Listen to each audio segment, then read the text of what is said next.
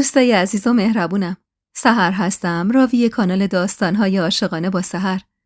ممنون میشم با سابسکرایب کردن و به اشتراک گذاشتن ویدیوها به ما انرژی بدید. وصیت‌نامه که خونده شد، سهم هر کسی مشخص شد و بیشتر اموال به نام حشمت و بچه‌های خسرو سند خورد. مهوش و پسرای خسرو به امارت خونده شدن. ارث و میراثشون رو به حشمت فروختن و بدون اینکه حتی بخوان خبری از شالی بی‌نوا بگیرن، شبونه برگشتن به همون روستا. از زن بودن امثال مهوش بدم اومد و به نظرم زنی که به جنس خودش رحم نمی‌کرد بهتر بود که بره و توی روستای خودش گم و گور بشه. کاش همون قرآن به کمرش میزد و دل من خنک میشد. شالی روز به روز اما لاغرتر میشد و من بیشتر متوجه دلتنگیاش برای پدرش میشدم. حشمتم که 1 ماهی بود سراغی ازم نگرفته بود. این شد که دوباره ساکو گذاشتم کناری و تصمیم گرفتم که زندگی مسیر رو کنم. تصمیمی که شهامت خاصی میخواست و اون آشلی 21 ساله این شهامت رو داشت. نیمه های شب پول و طلا و هرچی داشتم ریختم توی ساک و شالی رو روی شونم گذاشتم و از امارتم خارج شدم. از در پشتی امارت خارج شده بودم. کولش کردم و تا سپیده صبح خودمون رو به روستای بالایی رسوندیم. از اونجا اول صبح یه اتومبیل میرفت به سمت رشت. پولی کف دست راننده گذاشتم و وقتی توی جاده افتادیم با خودم فکر کردم که محال حشمت به این سودیا متوجه نبودن من بشه. 2 ماه بود که خبری ازم نمی گرفت و من شده بودم یه زن بدبخت که تو سایه زندگی می کرد. سنم با اومدنش با دختراش منو به حاشیه رونده بود و من با فرارم کمک بزرگی به شخصیت و اعتماد به نفسم کردم. تا برسیم رشت شالی تو بغلم خواب بود. وقتی رسیدیم اول نشونی مریض خونه رو گرفتیم. از مریض خونه تا خونه خسرو خانو بلد بودم و فقط خدا می کردم که حدسم راجع به مردنشون درست باشه و بتونم جایی ساکن بشم. با کمک شالی و خودم بالاخره تونستیم اون در کوچیکو پیدا کنیم. در رو به هم کوبیدم و منتظر شدم. پیرزنی در رو باز کرد و امیدم همون بد به ورود ناامید شد. با کی کار داشتید؟ خسرو خان. شما کی هستید؟ این دخترشه. از دوریش آب شده. ماهاست دلش پدرش رو میخواد. برو به خسرو خان بگو بیاد. یه دستی زدم بلکه بگیره و اگه خسرو خان واقعا زنده باشه بیا دم در. پیرزن به داخل نگاه کرد و من با دیدن مجید پسر بزرگ خسرو خان یکی خوردم. هلش دادم عقب و دست شالی رو کشیدم و بردم توی خونه و داد کشیدم خسرو خان کجایید؟ مهوش خانم از مطبخ بیرون اومد و من ناامید لب حوض نشستم. زیر لب گفتم اشتباه میکردم. خسرو خان واقعا مرده. شالی پس تو چی میگفتی؟ علیک سلام. برگشتم سمتش. سلام دادم و گفتم من فکر میکردم. چی فکر میکردی؟ با شنیدن صداش که خوردم و برگشتم پشت سرم و نگاه کردم و دستم رو به قلبم بردم که عجیب و غریب داشت توی سینم از ترس میکوبید. نفسم بند اومده بود و چشم سیاهی رفت. مهوش خانم دوید سمت من و مجید برام یه لیوان آب آورد. شالی ناراحت و دل مرده رفت تو آغوش پدرش ولی دیگه نه شور و شوق سابقو داشت نه دیگه چشماش برق میزد. ناراحت بود و من خوب میفهمیدمش. به همین خاطر بعد از اینکه حالم سر جاش اومد با گلایه انگشتمو بالا بردم. حق نداشتید خسرو خان. حق نداشتید با این بچه این کارو بکنید. ببینید چی به روزش اومده. و برگشتم به سمت مهوش. میدونید هر بار که میومدید و با پسرا برمیگشتید چی به روزگار این دختر میومد؟ خدا منو ببخشه. خسرو نذاشت. گفت که به شالی گفتم برمیگردم و این تنها راهیه که آشلی میتونه نجات پیدا کنه. دستمو به قلبم بردم و با گلایه به خسرو خان نگاه کردم. میدونستید که من از اون امارت فرار میکنم. مگه نه؟ میدونستم. آخه محسنم به این راحتی ها نمیبازه. مطمئنم اون هر جوری که بود تو رو بیرون میکرد. شنیدی آقا جانم مرده؟ آره همه چیزو میدونم. ماجرای کشته شدن مادرم هم میدونستید شما؟ سرشو تکون داد. آره چند سال پیش حشمت برام تعریف کرده بود. من اولین روزی که روشن رو دیدم فهمیدم این زن همون قاتل مادرته.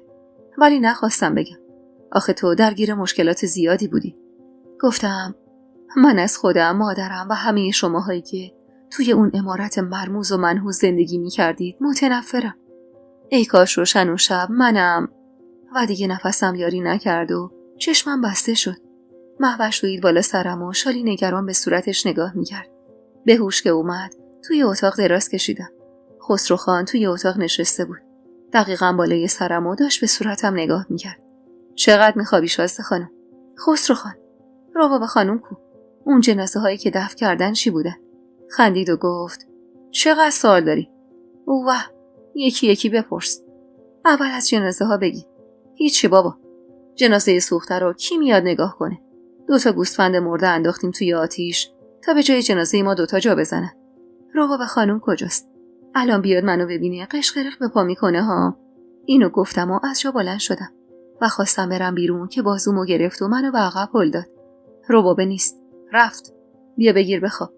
با تعجب گفتم کجا رفت؟ نتونست این زندگی ساده رو تحمل کنه. واسه همینم طلاقش دادم رفته زندگیش. گفتم چرا اصلا این کارو کردی؟ خسرو خان، شما میدونی پوران دخت بعد از شما چی کشید؟ تو میدونی من چی کشیدم وقتی حشمتو بازنم توی طویله دیدم؟ گفتم نمیدونم، اما عقل من میگه کارتون درست نبود. باید میموندید و پوران دختو میگرفتید. اون دختر چه گناهی کرده بود؟ چرا باید تقاص اشتباه پدرش رو پس میداد؟ چشمکی زد و شنگول گفت واسه تو که بد نشد. حسابی تونستی محسنمو بچزونی. تازه برادرت هم شد داماد خان. پوزخندی زدم و از یادآوری این که عباس دامادش شده بود خون توی رگام به جریان افتاد. واسه همین گفتم خوب از امارت خبر داریدا. معلومه که هنوز خسرو رو نشناختی.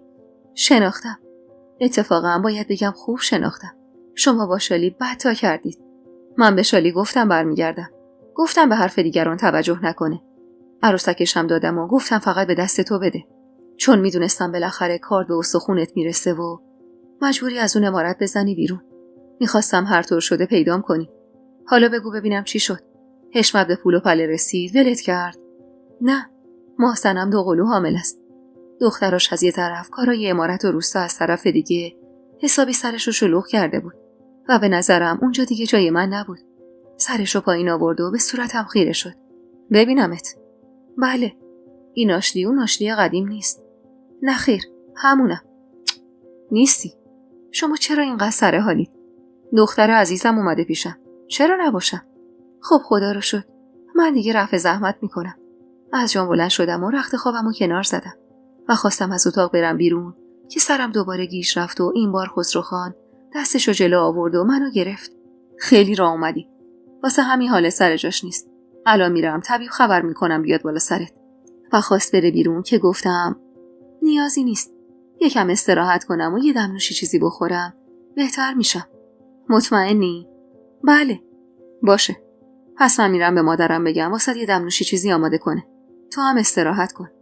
خسرو خان رفت و من که نمیدونستم چم شده چشمامو بستم تا سرگیجه کلافم نکنه. یه روز کامل تو رخت خواب تو اتاق خسرو خان خوابیدم تا کم کم سر حال بشم. دلیل اصلی خوشحالیمم توی اون روزا صدای شاد شالی بود که توی حیاط به گوشم میرسید و منو خوشحال میکرد. چند روزی از رفتنم به اونجا گذشته بود که یه روز رفتم روی ایوون. شالی رو در حال بازی با گربه‌های حیاط پیدا کردم و چشمم به مهوش خانم افتاد. حالا دیگه مهوش خانم به چشمم بد جنس نبود. خسرو هم به چشمم آب زیر کاه نمیومد. همه اونا قربانی کینه‌توزی گیل خان بودن. گیل خانی که توی چند نسل ادامه پیدا کرده بود. گیل خانی که با مرگش اسمشو فقط با خودش برده بود زیر خاک. اما هنوزم راه و رسمیش زیر پوست اون امارت جریان داشت. خسرو خان با خرید از در وارد شد و شالی به سمتش دوید. حالا دیگه اون بچه هم با خانواده‌اش خو گرفته بود و احساس تنهایی نمی‌کرد. سلام دادم و جواب شنیدم. سفره صبحونه رو پهن کردیم و دورش نشستیم. که گفتم دیگه قصد برگشتن به روستا رو ندارید خسرو خان؟ نه، این زندگی آزاد و رها بالاترین چیزیه که من میخوام. خصوصا که الان خانواده‌ام از همیشه کامل‌تره. و خم شد و دست مادرش رو بوسید و ادامه داد. سالها را همو گم کرده بودم و بعد از مرگ پدرم دلم خواست که انتقام بگیرم. اما الان که به عقب نگاه میکنم و عاقبت زندگی حشمت رو میبینم خوشحالم که زودتر از اون امارت خلاص شدم. گفتم ولی حشمت خان خوشبخته. حشمت هیچ وقت خوشحال نبود. لااقل تا زمانی که من تو اون امارت بودم خوشبخت نبود. اون مجبور بود تا به خاطر دختراش با مادر بدعنق و بد ترکیبشون کنار بیاد. این که نشد زندگی شد. مهوش خانم نذاشت جواب بدم و رو کرد بهم. دخترم به نظرم تو هم بمون همینجا و پیش ما یه زندگی واسه خودت بساز. گفتم اینجا جای من نیست. تازه میترسم حشمت خان ردمو بزنه و لو برید. خسرو خان لقمه کره و عسل رو توی دهنش گذاشت و گفت نگران این موضوع نباش. مهوش خانم خندید و گفت بالاخره طلسم گیله خان تموم شد. گفتم ببخشید، اما من آخرش نفهمیدم این گیله خانی که سالها توی روستا مردم ازش میترسیدن کی بود. مهوش و خسرو خان به هم نگاه کردن و من که کنجکاوتر شده بودم گفتم محسنم بود مگه نه؟ خسرو خان سر تکون داد و گفت زن بود، اما از 100 تا مرد بدتر بود. بد مرضی بود. مهوش خانم پی حرفش رو گرفت. همون سالها محسنم و تاجبانو که دیدن هیچ کدوم از مردای امارت نمیتونن وحشیگری گیله خان رو ادامه بدن، تصمیم گرفتن خودشون این رسم رو ادامه بدن. اونم به خاطر چی؟ به خاطر اینکه تشنه قدرت و مال و ثروت بودن. چون میخواستن کل امارت و داراییش به خودشون برسه. میخواستن ترس و وحشت تو وجود تک تک اعضای روستا رخ نکنه، تا هیچ کس نتونه قدلم کنه، تا هر جور خواستن خراج رو بگیرن و هر کاری خواستن انجام بدن. اما یه چیزی رو هم بگم، محسنم 2 گام ازم جلوتر بود. مادرم راست میگه، تو بی‌شرفی که نمونه بود. کی آخه شوهر خودش رو مسموم میکنه که فلج بشه؟ این زن اونقدر تشنه قدرت بود که گمونم پی این بود خودش به قدرت برسه. چون پسری نداشت و نگران بود حشمت زنی بگیره و پسری براش بیاره و ارث و میراث و اون امارت کوفتی به اون و بچه‌هاش نرسه. خسرو خان به اینجای حرفش که رسید نگاهش رو انداخت روی صورت منو با تأسف گفت حشمت خیلی بی‌لیاقت بود که اونو به تو ترجیح داد و نوشی کرد و سرشو به علامت منفی تکون داد. مهوش خانم گفت یه مدت اینجا باش تا خسرو برات فکری بکنه. خب حالا که بیرون اومدی از اونجا تو هم دنبال یه زندگی آزاد باش. تقریبا متوجه منظور و نیتشون شده بودم، اما هیچ کدوم از اونا نمیفهمیدن که برای من زندگی آزاد معنی و مفهومی نداره. من فقط دلم میخواست حشمت خان تا ابد مال من باشه. به آسمون نگاه کردم و تو دلم گفتم یعنی الان فهمیدن که من نیستم. بعد خودم جواب خودم رو دادم. بعید میدونم حشمت خان اصلا یادش نیست که من وجود دارم. و آهی کشیدم و دنبال جمع کردن ظرفا رفتم. مهوش خانم زن صبور و با حوصله‌ای بود و برخلاف چیزی که من فکر می‌کردم شالی رو خیلی دوست داشت. نسبت به روزی که توی امامزاده دیده بودمش بسیار مهربونتر به نظر می‌رسید و فکر می‌کنم همش به خاطر حضورش در کنار خانواده‌اش بود. خانواده‌ای که سالها به اجبار ازشون دور مونده بود. روزها مجید میرفت مدرسه. از حسین کوچولو هم همون پیرزنی که روز اول دیدیم نگهداری می‌کرد. دایش بود. خسرو خانم میرفت سر کار که نمیدونم چی بود، ولی انگار چند دهنه مغازه اونجا داشت. این وسط منم وقتمو با شالی میگذروندم تا اینکه یه روز میونه آشپزی کردن یهو رفتم سراغ دبه ترشی. همین که درشو باز کردم بوی سرکه حالمو به هم زد و اونقدر این حال به هم خوردنم شدید و عجیب بود که نتونستم خودمو نگه دارم و رفتم تا لب حوض تا آبی به دست و روم بزنم. هوا بارونی بود و همه تو خونه زیر کرسی نشسته بودن. همینجوری نشسته بودم تا حالم سر جاش بیاد که در باز شد و خسرو خان وارد شد. با دیدن من خریدش رو روی زمین گذاشت و به سمتم خیس برداشت. چی شدی آشلی؟ خوبی؟ با سادگی گفتم فکر کنم این ترشی سرکش فاسد شده، بوش حالمو به هم زد. خسرو خان کمی خودش عقب کشید و گفت مادرت هم همینجوری بود. چی؟ میگم مادرت هم از بوی سرکه بدش میومد. چی کار کردی آشلی؟ گفتم چی کار کردم؟ چی میگی؟ ولم کن بابا، خودم حال ندارم. و بلند شدم برم سمت اتاق که بازومو کشید. پاشو باید ببرمت مریض خونه. گفتم وا، مریض خونه واسه چی؟ بعدشم اونا مگه چی حالیشونه؟ گفت اما من حالیم میشه. بگو چند وقت عقب انداختی؟ با چشمایی که از حدقه بیرون زده بود و با حرص دستمو بردم توی هوا چرخوندم و گفتم شما مگه ناموس ندارید؟ یعنی خاک دو عالم بر سر من که اومدم اینجا به شما پناه بردم. خاک. و دویدم سمت مطبخ. اومد دنبالم و درش رو بست و گفت فقط به من بگو چند ماهه؟ عصبی و کلافه برگشتم و گفتم منظورتون رو نمیفهمم. یعنی چی چند ماه؟ بعدشم مگه شما قابله یا طبیب شدید به سلامتی و من خبر ندارم؟ بی توجه به عصبانیت من گفت حشمت که چی؟ مرد نبود؟ بود. خوبت شد حالا؟ دهن منو باز نکن دیگه مرد حسابی. خجالت بکش. چشماش که همیشه با دیدن من برق میزد یهو بی فروغ شد و گفت تو چی کار کردی با خودت؟ حالا میخوای چه خاکی به سرمون بریزی؟ گفتم چیو؟ همین بچه رو. حرف خسروخان تموم نشده صدای مهوش خانم از پشت سر شنیدم. بچه؟ کدوم بچه؟ هر دو برگشتیم به سمتش که توی آسونه‌ای در ایستاده بود و نگامون میکرد. سر خودم رو جمع و جور کردم و پیش دستی کردم و گفتم نمیدونم مهوش خانم، خسروخان خیالات برشون داشته. نه دخترم، اتفاقا من حد زده بودم، ولی نخواستم بهت بگم. چشمات یه حالتی بود، شکمت یه جوری بود، معلوم بود که حامله‌ای. تازه بچه‌تم پسره. با این حرفش یهو سر خوردم و روی زمین نشستم. خسروخان کلافه مطبخو ترک کرد. مهوش خانم اومد نزدیکم و دستمو گرفت. این که ناراحتی نداره، از شوهر تابستان شدی، خیلی هم خوبه، انشالله خیر باشه. گفتم آخه الان چه وقت تابستان شدم بود؟ استغفرالله، این حرفا چیه؟ خودم فردا دستتو میگیرم میبرمت خونه شوهرت، میگم اومدی که شالی رو به دست من برسونی. گفتم یعنی شالی رو بذارم پیش شما و برگردم؟ با علامت سر گفت بله. ادامه دادم محسنمو چیکار کنم؟ اون حتما یه بلایی سرم میاره. حرف منو قبول کن، وزنه تو به پای حشمت سنگین تره. نمیخوام برگردم به اون عمارت نس. من این زندگی رو دوستش دارم. محسنم نیست، خانم بزرگ نیست، نسی اون عمارت دامنمو نمیگیره. چی از این بهتر؟ نمیشه، بی شوهر نمیشه به دنیا بیاریش. آخه ظلم در حق این بچه دختر. زیر لب نالیدم خدایا اینو کجای دلم بذارم. دستمو گرفت و بلندم کرد. پاشو بریم استراحت کن تا فردا تصمیم بگیری. تا اون موقع عقلت هم سر جاش میاد و اینقدر کفر نمیگی. به زور مهوش خانم رفتم تا بخوابم، اما مگه خواب به چشمم میومد؟ خدایا اگه دختر میشد چی؟ یهو یادم رفت چرا بس خودم پرسیدم اگه دختر شد چی شد و به اسمش فکر کردم و با خودم گفتم اگه دختر شد اسمشو میذارم پریوش، این اسم مادرم. ولی آینده چه شکلی بود برای ما؟ باید برمیگشتیم به عمارت، اما من دلم میخواست همینجا بمونم.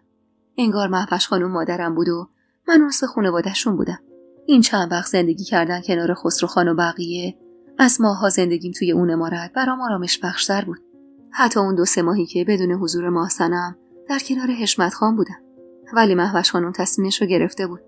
صبح اول وقت بغچم و بست و صدام کرد بریم دخترم.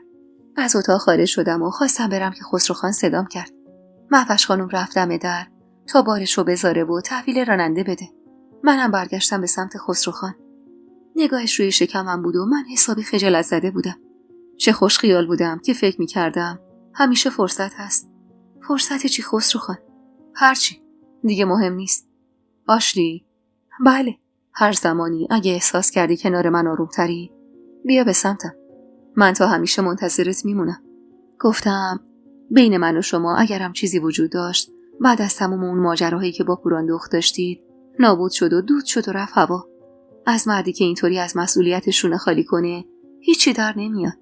نگاه عاقلا در سفیهانه‌ای به من انداخت. اون وقت از مردی که با زن برادرزادش میره به طویله چی؟ سکوت کردم و خیره به صورت معصوم شالی موندم. معلوم نبود کی دوباره ببینمش و همین دل کوچیک منو تنگتر میکرد. خسروخان؟ بله، یه سوال داشتم. بپرس. آتش سوزی عمارت کار حشمت خان بود؟ آخرین ابهامم از گذشته باید برطرف میشد. من باید میفهمیدم که حشمت خان نسبت به گذشته مرد بهتری شده تا بتونم برگردم یا نه. خسروخان کمی نگاه به صورت من کرد و کمی هم به صورت شالی و سرشو به طرف این تکون داد و گفت من فهمیدم که حشمت شما رو فرستاده بیرون تا بیاد سراغم. واسه همین خودم عمارت آتیش زدم. هرچند میدونستم که حشمت متوجه میشه اینو همش یه نمایشه، اما اونم نمیخواست بیشتر از این آبروی دخترش بره. واسه همین سرشو زد و جلوی همه گفت ما مردیم. بعدش هم من اومدم تا اگه یه روزی یه وقتی تو خواستی از اون عمارت لعنتی بیای بیرون یه جایی داشته باشی. با روحی زخمی و شکسته با شنیدن این حرفا بیرحمق گفتم متوجه شدم خسروخان، متوجه شدم. اینو گفتم و رفتم شالی رو توی خواب بوسیدم و برگشتم به سمت حیاط و همراه مهوش خانم راهی عمارت شدم. قرار بود دوباره برگردم به زندانم، با این تفاوت که این بار نه خانواده‌ای بود و نه شالی که تنهاییامو پر کنه. هرچی به عمارت نزدیکتر می شدیم قلب منم تندتر می زد. همه جا آروم بود و خبری نبود. با دلخوری زیر لب سمسمه کردم اصلا هیچ کدومشون نفهمیدن من نیستم. مهوش خانم به سمت عمارت خانم بزرگ رفت و وارد اتاقش شد. خانم بزرگ تا منو دید یکی خورد و گفت بی اجازه و بی خبر کجا رفته بودی؟ مهوش خانم نذاش ادامه بده. شالی حالش بد بود. آورد و تحویل من داد. خانم بزرگ اما گفت پس بالاخره نبت و تحویل گرفتی؟ بله، دستش درد نکنه که ازش مراقبت کرد. ولی الان وقتشه که مراقب بچه خودش باشه. خانم بزرگ با شنیدن این حرف از جا پرید و گفت آبستنی؟ فکر کنم 2 ماهش میشه. مگه نه آشلی؟ با خجالت سر پایین انداختم و مهوش بعد از خداحافظی بیرون رفت. خانم بزرگ رفت روی ایوون و یه نفر رو فرستاد تا دنبال حشمت خان بره. به اتاقم رفتم تا استراحت کنم که یهو در با شدت باز شد. حشمت خان نگران تو آسونه در ایستاده بود. بلند شدم و دلخور نگاهمو ازش دزدیدم. اومد جلو و یهو بغلم کرد و بدون اینکه داد بکشه یا دعوام کنه فقط نفسش آهسته بیرون فوت کرد و گفت خدا رو شکر. خدا رو شکر که برگشتی. فکر می‌کردم فرار کردی. آروم گفتم نه، فرار نکردم. خیلی خوب، دیگه تنهات نمیذارم. محسنم خانم چی؟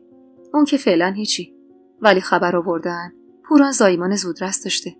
حالش هم خیلی بده. پاشو با اتومبیل با میثاق برو بیارش اینجا. تنبیهش بسه.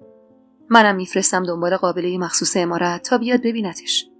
و خوشحال دوباره منو به خودش فشار داد و خداحافظی کرد و رفت. بعد از ازدواج پوران دختر عباس من فکر میکردم حشمت خان بچه‌ها رو بیاره توی عمارت، اما اون هیچ وقت این کارو نکرد. هیچ وقتم نگفت واسه چی. اما من متوجه بودم میخواد پوران دختر تنبیه کنه. میخواد بهش بفهمونه وقتی خطایی میکنه چه عواقبی در انتظارشه. هرچند که به نظرم نباید این کارو میکرد، اما من نمیتونستم دخالت کنم. نمیتونستم بگم داماد و دخترتو بردار بیار داخل عمارت. نمیتونستم بگم چون برادرم دامادش بود. تو تموم این مدت به جز اون چند وقتی که محسنم تو رشت زندگی میکرد پوران دختر همش خونه پدر من بود و من باورم نمیشد که دختری که لای پرقو بزرگ شده بود چطور توی اون خونه کنار 2 برادر مجرد من زندگی میکرد. اما خب این تصمیم پدرش بود و پوران دخترم به خاطر خطایی که کرده بود سرش زیر بود. اون روز از حال خوش حشمت خان حال منم کمی بهتر شد. اون مرد با تمام دغدغه‌هاش چیزی داشت که من دوستش داشتم. خانواده دوست بود. درست سختگیریای خودشو داشت، اما خانواده دوست بود. و اگه دلتنگی و بی‌توجهیاش نبود محال بود فکر ترک کردنش به سرم بزنه. سوار اتومبیل شدم و با میثاق رفتیم دنبال پوران دختر. پیاده نشدم و روی صندلی جلو جا گرفتم. میثاق رفت در رو زد. در باز شد و بعد از چند دقیقه عباسی رو بغل پوران دختر گرفت تا اونو سوار اتومبیل کنه. سلامم کرد و جواب دادم. خوبی عباس؟ ممنونم آبجی. پاهات چطوره؟ خیلی خوبه. بهتر از هر وقتی. راحت میتونم بدوم. گفتم خوبه. خدا رو شکر. آبجی مراقبشون باش. بچه رو از دست روشن گرفت و آورد بغلم داد. روشن اولش نمیدونست من نشستم جلو و دوی برای پاچه خاری و گفت خانم جان بچهش 7 ماه دنیا اومد. برای همین جون توی تنش نداره. اما چشمای پر از غضب منو که دید خشکش زد. عباس بازوشو گرفت و اونو برد داخل و بعد برگشت و رو به من گفت آشلی؟ بله. مراقبشون هستی؟ خیالم راحت باشه؟ بله. خیالت راحت. حالش که بهتر بشه میفرستم بیاد خونه. پوران دختر سردوزار پشت اتومبیل دراز کشیده بود و پسرش تو بغل من بود. چه دلنازک شده بودم که بچه رو بوییدم و به خودم چسبوندم و اشکم همزمان جاری شد. پوران دختر تو یکی از اتاقای عمارت محسنم جا دادیم و قابل اومد تا معاینش کنه. در واقع پوران دختر 9 ماه بچه‌ش رو به دنیا آورده بود، اما از اونجایی که جز من و محسنم و حشمت خان و البته خسرو خان کسی نمیدونست که پوران دختر شب عروسیش 1-2 ماه باردار بوده، همه حتی روشن فکر می‌کردن که زایمان زودرس داشته. خصوصا که پوران دختر ریز جسته بود و من خدا رو شکر می‌کردم که هیچ کسی از راز پوران دختر با خبر نشد. مدتی بعد یادم اون روز از صبح توی عمارت حول و ولایی برپا بود. میگفتن محسنم داره درد میکشه. قابله رو خبر کرده بودن اومده بود بالای سرش. شنیدم که گفته بود بچه‌ها باید تا الان به دنیا می اومدن. ماما میگفت باید تا فردا صبح صبر کنیم. اگه نیومدن پایین باید بریم شهر. میگفت اینجا هیچی نداریم که بخوایم خودت و بچه‌ها رو نجات بدیم. اما فقط صدای ناله‌های محسنم میومد و هیچ خبری از به دنیا آمدن بچه‌ها نبود. یادمه آروم خودم رو رسوندم به در عمارت ماه‌صنم و از قابل خواهش کردم تا اگه میتونه یه سرم به من بزنه و منو معاینه کنه. منو معاینه کرد و گفت همه چیز خوبه. فقط باید زیاد راه برم و میوه زیاد بخورم و حسابی به خودم برسم. اون روزا شیرین ترین روزای زندگیم بود. هم استراب داشتم، هم شیرین بود. باورم نمیشد. انگار محال بود آشتی مادر بشه.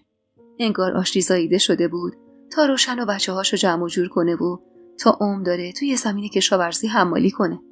بالاخره آشتی هم داشت، همه زن بودن و مادر بودن و میچشید. اما من هنوزم باورم نمیشد. فکر میکردم خوابم و هر ممکنه از خواب بپرم. توی اون مدت حشمت خان مدام میومد به هم سر میزد.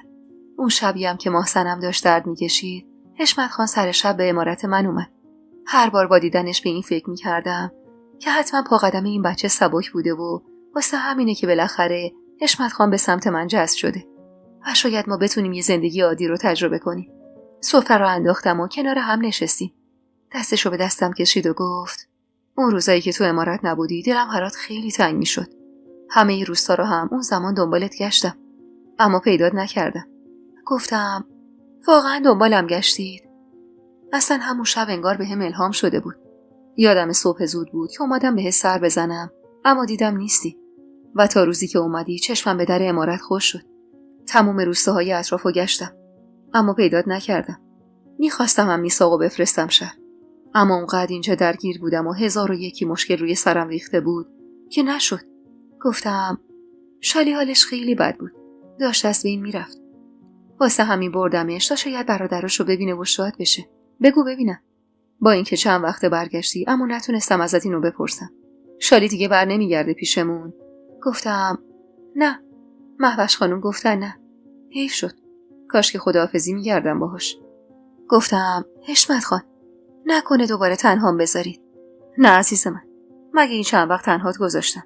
هر شب میام پیشت. تنهات نمیذارم خانم قشنگم. با کمی اشوه گفتم حشمت جانم، لطفاً همیشه همین جوری باش. خب چشم. علل حسابی این تیکه گوشتو بخور. این مدت اینقدر سرم شلوغ بوده که اصلا حواسم به تو نبوده. از فردا میگم آشپز برات بیارن. الان که دیگه ترسی نداری. خانومی کن توی عمارت خودت. چند تا کارگرم میارم برات، بر دستت باشن و هر کاری داشتی به اونا بگو انجام بدن. حتی آبم دیگه خودت نخور.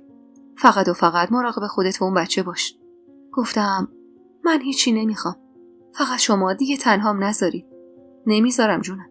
دستشو روی شکمم آروم کشید و گفت تنها چیه؟ من بعد از مدت‌ها تازه پیدات کردم.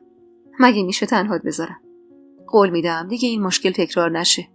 آخه تو چرا اینقدر ترسیدی؟ لبخندی زدم و حشمت خان از عمارت رفت بیرون. یادمه 2 روز تموم بود که ماه‌صنم درد میکشید و قبول نمی‌کرد ببرنش شهر. شب دوم نیمه های شب بود که از صدای ناله های ماه‌صنم خواب به چشم هیچ کدوم از اهل عمارت نمی اومد. تا خود صبح درد کشید تا بالاخره یکی از بچه‌ها به دنیا اومد. بعد از تولد اولین بچه من دیگه صدایی از ماه‌صنم نشنیدم. واسه همین نگران رفتم بیرون و متوجه رفت و آمد و به عمارتش شدم. تا اینکه یکی جیغ کشید و رقیه دستپاچه بیرون اومد. آقا اتومبیل آماده کنید. باید خانم جانو ببریم شهر. حشمت خان دستپاچه رفت سراغ اتومبیل و اونقدر دستپاچه بود که حتی نرفت سراغ میسا. اما تا بخواد روشنش کنه صدای گریه ها از خونه ماه‌صنم بیشتر شد تا اینکه صدای نوزاد دوم به گوشم رسید و یکی داد کشید پسره. ایران دختم و فریاد زد مادر. پوراندخت که بعد از اون همه وقت هنوزم حالش خوب نبود پرید و رفت تو اتاق مادرش و به ثانیه نکشید که صدای گریه و فغان بلند شد. ماه‌صنم سر زا رفته بود. باورم نمیشد.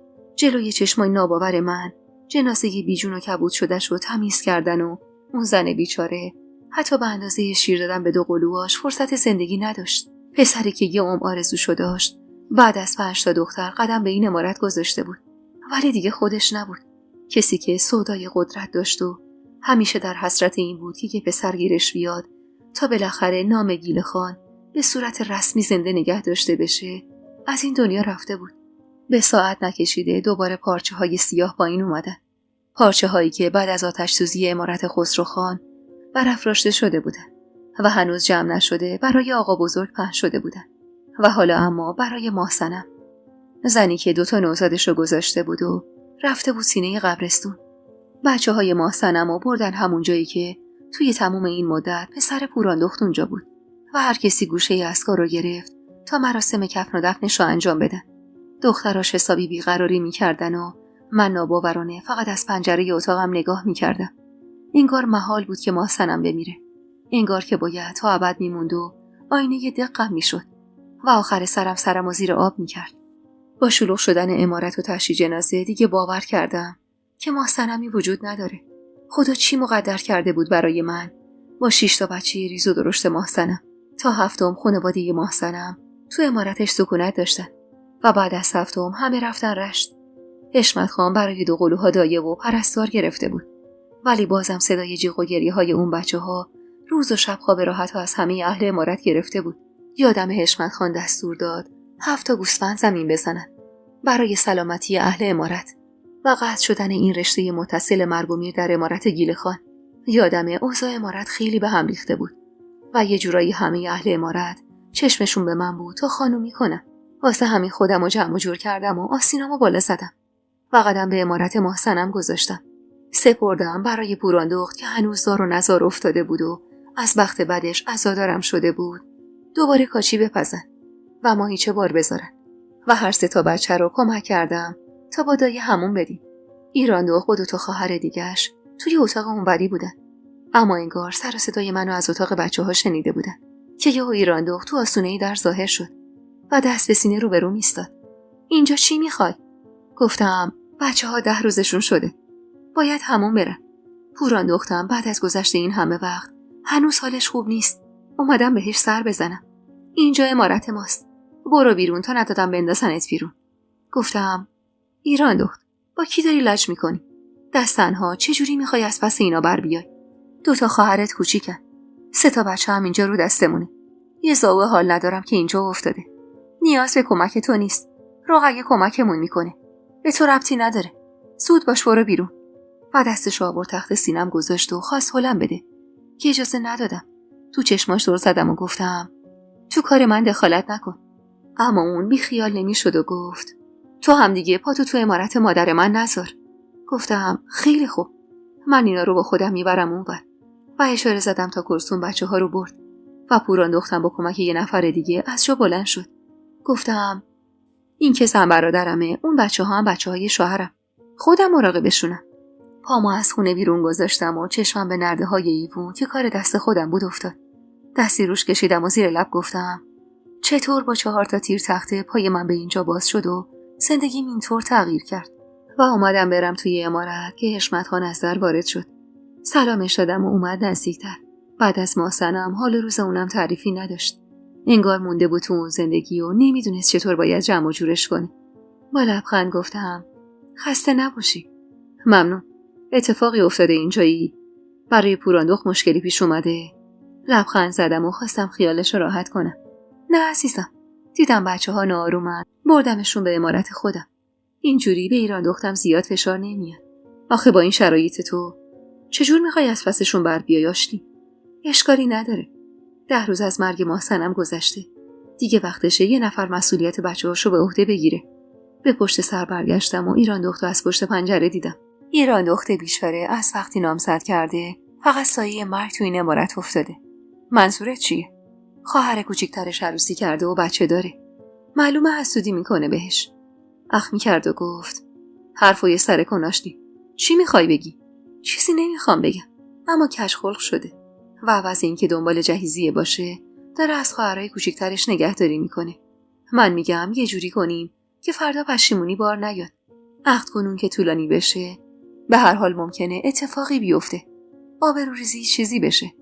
یهو صورت حشمت خان سرخ و سرختر شد و عصبی گفت کفن مادرش هنوز خیسه. اون وقت این دختر چش سفید فکر دادار دودور عروسیه؟ گفتم نه اون نیست، اما من میگم ما باید به فکرش باشیم. بعد از سال خسرو و ربابه یه مراسم ساده بگیریم و بفرستیمش بره. کمی نگاه هم کرد و بعد سرش رو تکون داد. باشه، تا اون موقع یه تصمیمی میگیرم. حشمت بله، پرستار این عمارت کمه، بفرست کسی بیاد از بچه‌های کوچیک نگهداری کنه. دوقلوها با من. به پوران دختم رسیدگی میکنم تا هرچه زودتر بهتر بشه. فقط باید پوران دختو بفرستم یا نگهش میداری همینجا؟ زور زد تو چشمم. اینجا واسه چی؟ باید برگرده خونه شوهرش. اینو که گفت حساب کار دستم اومد و دیگه چیزی نگفتم و خداحافظی کرد و خواست بره که یهو ایستاد و برگشت و صداشو آورد پایین‌تر و گفت کسی نمیاد اینجا کار کنه. گفتم آخه چرا؟ تمام حرفایی که تو پستوی این عمارت میزدن بعد از مردن آقا بزرگ و از بین رفتن اسم گیل خان تو قهوه خونه ها زده میشه. ترسیده گفتم برای چی؟ مگه تو دخترایی که با زینب بودن و آزاد نکردی؟ چرا کردم؟ همه رم فرستادم برن خونه هاشون. حالا دیگه همه چیز عیان شده. گفتم نکنه همه رو از چشم تو ببینن. نمیدونم. فقط اینقدر میدونم که اوضاع اصلا خوب نیست. چند قدم فاصله بینمونو پر کردم و گفتم میگم میخوای یه مدت بریم رشت؟ شاید شماها رو با بچه ها بفرستم. سری گفتم پس ایران دختو بده دست شوهرش. تا قبل از 40 مادرش نمیشه. دیگه همین بحثو ادامه نده آشتی. گفتم باشه چشم.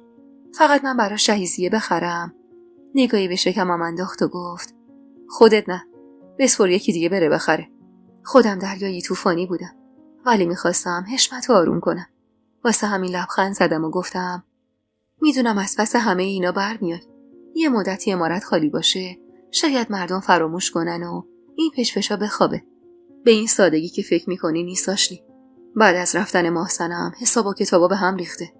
یه حقیقتی رو باید بهت بگم. محسنم گیل خان بود. من که میدونستم و قبلا همین حرفو از خسروخان شنیده بودم دستشو آروم لمس کردم و گفتم چند سال دیگه همه فراموش میکنن گیل خان چی بود و زن بود یا مرد. انگار این مردم به زور و خفقان عادت دارن. آهسته دستشو نوازش کردم و گفتم درست میشه عزیزم. بهشون حق بده. بعد از سالها رعب و وحشت و خفقان تازه با آزادی رسیدن. زمان میبره تا درست بشه. هرچند ته قلبم میدونستم که حرفم یه دروغ بزرگه و خشم مردم به این راحتی یا ساکت شدنی نیست. بعد از اون روز حشمت خان بیشتر از قبل تو خودش فرو رفت و من مونده بودم با 3 بچه و یه ساو که انگار قصد خوب شدن نداشت. صبح تا شب و شب تا صبح در حال پرستاری از بچه ها بودم و دیگه داشتم از سر و صدا دیوونه می شدم. یه روز سر ظهر در حال شستن بچه ها بودم که صدای آشنایی به گوشم رسید. عباس اومده بود دنبال زن و بچهش. یه آدم خجالت زده بود و من نمیدونستم کاری که در حقش کرده بودم درست بوده یا نه. خوبی آبجی؟ آره داداش. تو چطوری؟ حسابی اذیت شدی؟ نه، خودم خواستم. دیگه اومدم ببرمشون. نزدیک 2 ماه شده. گفتم حالا بذار بیشتر بمونه. پوراندخت هنوز نتونسته روپا بشه. نگران نباش. ننم حواسش بهش هست. با این مصیبتی که سرتون اومده اصلا درست نیست. نگاهمو به پوراندخت انداختم که با دیدن عباس لپاش گل انداخته بود. عباسم خوشحال بود و چشماش برق میزد. دعوتشون کردم به نهار. به اصرار پوراندخت بالاخره عباس راضی به موندن شد و با اومدن حشمت خان همه دور میز نشستیم. کاروبار چطوره؟ عباس رو کرد به حشمت خان و جواب داد شکر. روی زمینای آقا جان کار میکنم و خرجمون در میاد. خوبه. 1 هکتار زمین زراعتی هست بالای تپه. اونو میزنم به اسم پوراندخت. خرجتونو از مادر و برادرات سوا کن و یه خونه بساز. آب تو گلوی عباس فرید و با شرمندگی گفت نیاز نیست آقا. خدا رو شکر اوضاعمون به راهه. حشمت خان اما ادامه داد میخوام بعد از مرگم ارثتونو بدم. خب بذار الان بدم. پوراندخت واضح بود که خوشحاله. حتما اون زندگی برای دختری مثل پوراندخت که تو قصری مثل عمارت اربابی بزرگ شده بود خیلی سخت بود که با شنیدن پیشنهاد پدرش و اینکه بالاخره فهمیده بود که پدرش اونو بخشیده تا این اندازه خوشحال شد. به عباس نگاه کرد و گفت ممنونم آقا جان. عباس ولی سرش پایین بود. حق داشت. 7 نسل مردان خانواده ما عادت به خوردن از ارث زنشون نداشتن و حالا عباس مجبور بود برخلاف چیزی که یاد گرفته بود هم به خواسته حشمت خان بده. به حشمت نگاه کردم و گفتم میگم حشمت خان خونه ای بود که نشونم دادی یا خوب نیست برای بچه ها تا برن و زندگی کنن؟ حشمت خان حیرت زده سر بالا کرد و گفت همونی که نزدیک عمارته؟ بله. نه، اونو برای تو کنار گذاشتم. گفتم من که فعلا به همچین خونه ای احتیاج ندارم. دارم تو عمارت زندگیمو میکنم دیگه. حشمت خان نگام کرد. مطمئنی؟ بله، کادوی تولد پسرشون باشه. هنوز بهشون کادو ندادی. هوران خوشحال و ذوق زده گفت دست درد نکنه آشلی. من تمام زندگیمو مدیون تو هم. گفتم من هیچ وقت نمیخوام جای مادر تو بگیرم. میدونم برای همه شما عزیز بود.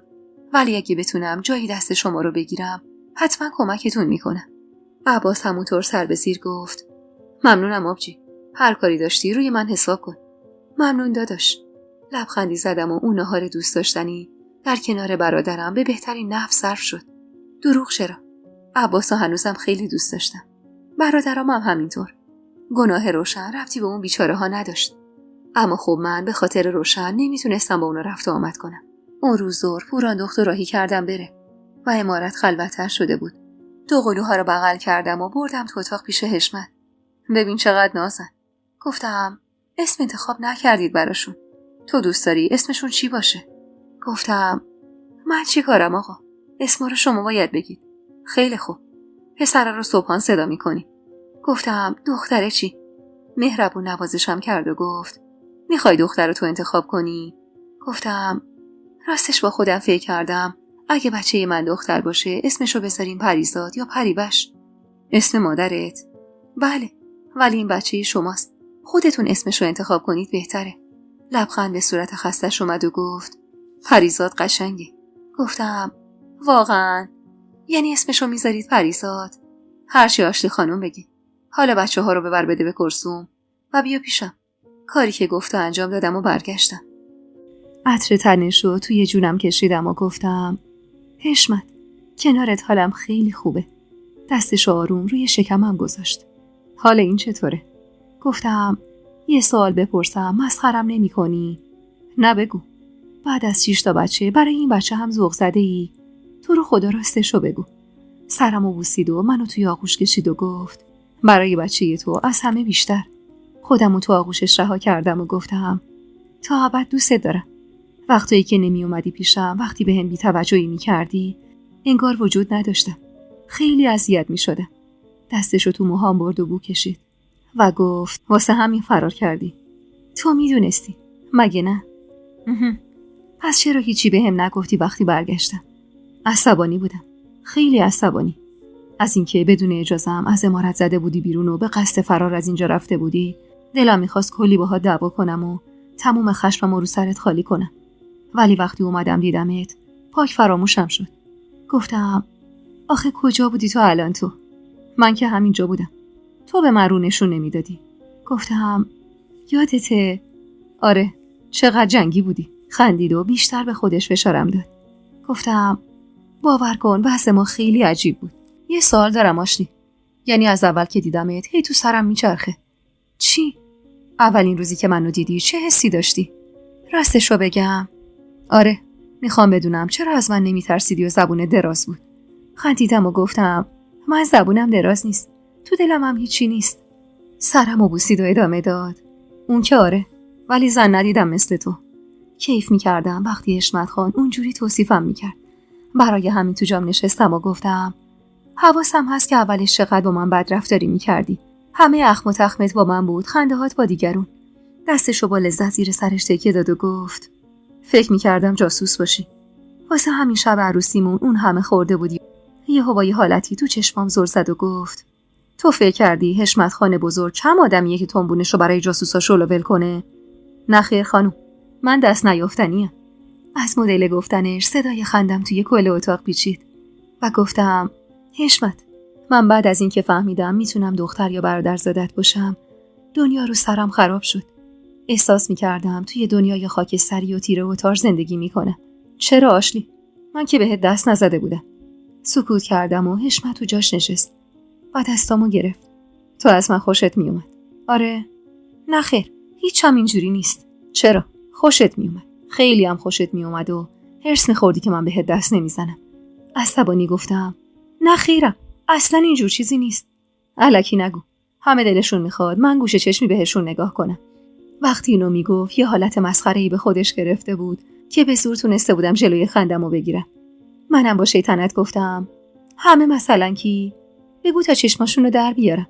ای بابا، علاوه بر جنگی بودن و زبون دراز حسودم که هستی. پس دیگه تمومه. دل تو حسابی برده بودم و خودم هم خوب میدونستم. نه خیر، هیچ همینجوری نیست.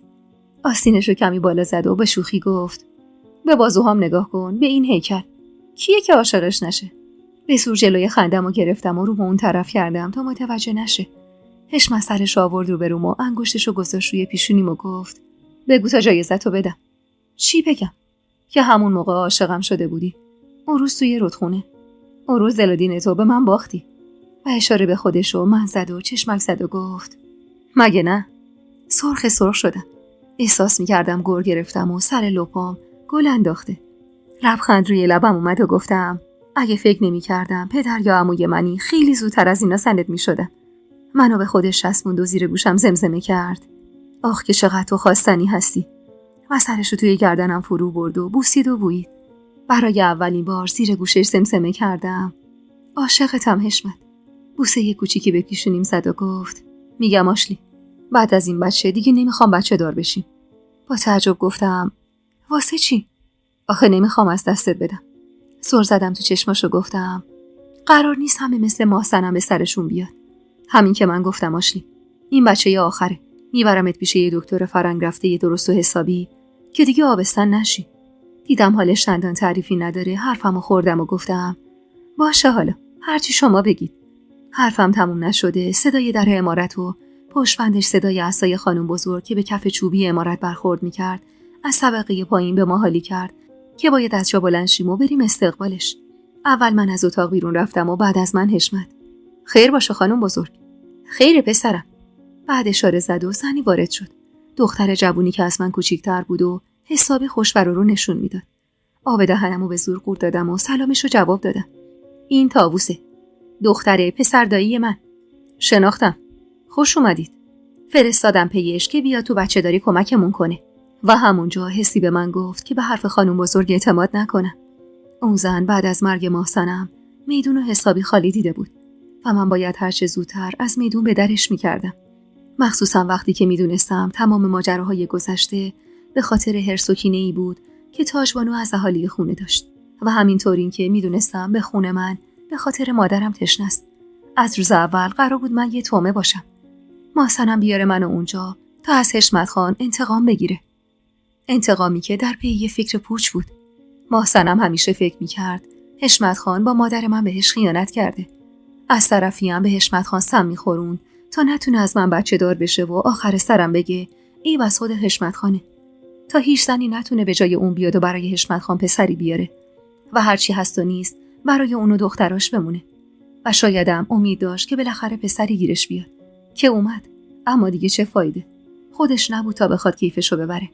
حشمت خان سرشو تکون داد و گفت: دستتون درد نکنه، اما بچه‌ها پیش کرسومن. میگم بچه‌ها رو بیارن همینجا. آشلی، تو هم یه اتاق از اتاقای بالا بهش بده. ابرومو بالا دادم و گفتم: اینجا؟ بله. پس کجا بخوابه؟ خانم بزرگ، من تو این خونه میخوام بخوابم، استراحت کنم. نمیشه که 2 بچه دائم زیر گوشم باشن. آشلی از همون پایین بهشون یه اتاق بده. گفتم: چشم آقا. حشمت کتشو گرفت و رفت بیرون. و خانم بزرگم بعد از چشخوره رفتن به من دنبالش راه افتاد. حالا من مونده بودم و طاووسی که به چشم من عین یک کلاغشون به نظر می رسید. و یه حسی به هم می گفت که روزای خوبی در پیش ندارم. حسی که همچین بیراه هم نبود. حسی که تبدیل به یه فکر آشفته شده بود و تمام ذهنمو خورده بود. اتاقی رو به طاووس دادم و به کرسوم سپردم تا بچه‌ها رو بیاره پیشش و خودم هم رفتم تا استراحت کنم. سر شب خانم بزرگ منو به اتاقش خوند. رفتم و بعد از اجازه گرفتم وارد شدم. سلام خانم بزرگ، با من کاری داشتید؟ بله. وسایلتو جمع کن و بیا اینجا. خواستم حرف بزنم که حشمت خان پشت سرم در رو باز کرد و به هم کوبید. آشلی، اینجا چی کار میکنی؟ ببخشید، خانم بزرگ منو صدا کردن. مادر، چی کار دارید با زن من؟ خانم بزرگ اساشو محکم روی زمین کوبید و عصبانی گفت: خوبه اینقدر زنم نکن. گفتم بیاد اینجا پیش من تو عمارت. من تنها شبا میترسم بخوابم. حشمت گفت: 5 بچه من اون طرف بی مادر و عزادار افتادن. آشلی بیاد اینجا. شما 1000 تا خدم و حشم دورته. اون وقت آشلی باید بیاد اینجا که شبا شما نترسید. چی بچه‌ها تنها؟ اونور که طاووس هست. حشمت عصبانی چرخید و پوزخندی زد. شما سر ظهر با من حرف زدید، من گفتم نه. دیگه برای چی آشلی رو میارید اینجا؟ خانم بزرگ اما توپو انداخت تو زمین من. آشلی خودش راضیه. اما من کم نیاوردم و گفتم راضی به چی هستم خانم بزرگ؟ به اینکه طاووس بیا زندگی ماحسنمو جمع و جور کنه. با تعجب گفتم یعنی چی؟ من نمیفهمم. برای چی اون باید جمع کنه؟ حشمت خان عصبانی و کلافه گفت خانم بزرگ، کفن ماحسنم هنوز خشک نشده. صدای خانم بزرگ اما بالاتر رفت. بس کن حشمت، نذار این دهنم باز بشه. نذار. از حرفاشون چیزی سر در نمی آوردم و گفتم من نمیفهمم چی میگید حشمت خان. هنوز عزای آقا بزرگ تموم نشده، چه برسه به ماحسنم. تو اگه حشمت رو دوست داشتی همین امشب وسایلتو می آوردی تو این ساختمون. آخه واسه چی؟ مگه خونه زندگی خودم چشه؟ خانم بزرگ صورتش رو برگردوند و با ناراحتی گفت خوب دختر پاشو جای مادرش گذاشته. چند شب سرشو جای دیگه گذاشته روی زمین، بعد یهو اومده میگه من آبستنم.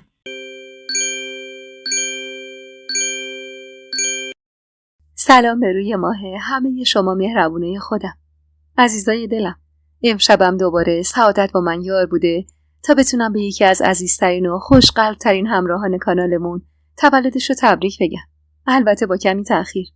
سلام معصومه جونم، عزیز مهربونم. الهی فدات بشم. 15 تیر ماه واسه من یه روز خاص تو تقویمه.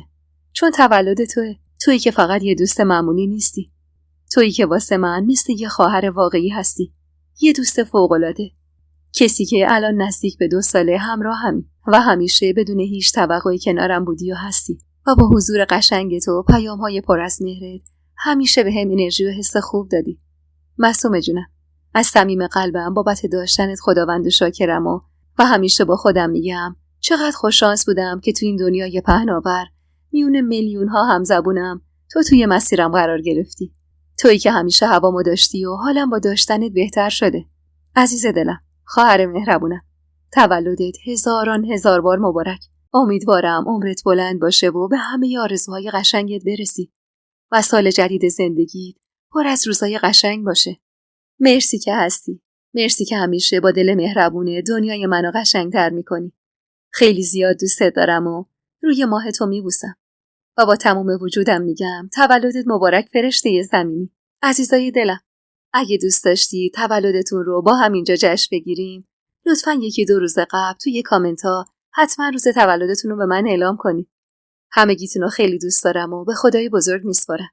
شب و روزتون هر کجای دنیا که هستید به خیر و شادی باشه.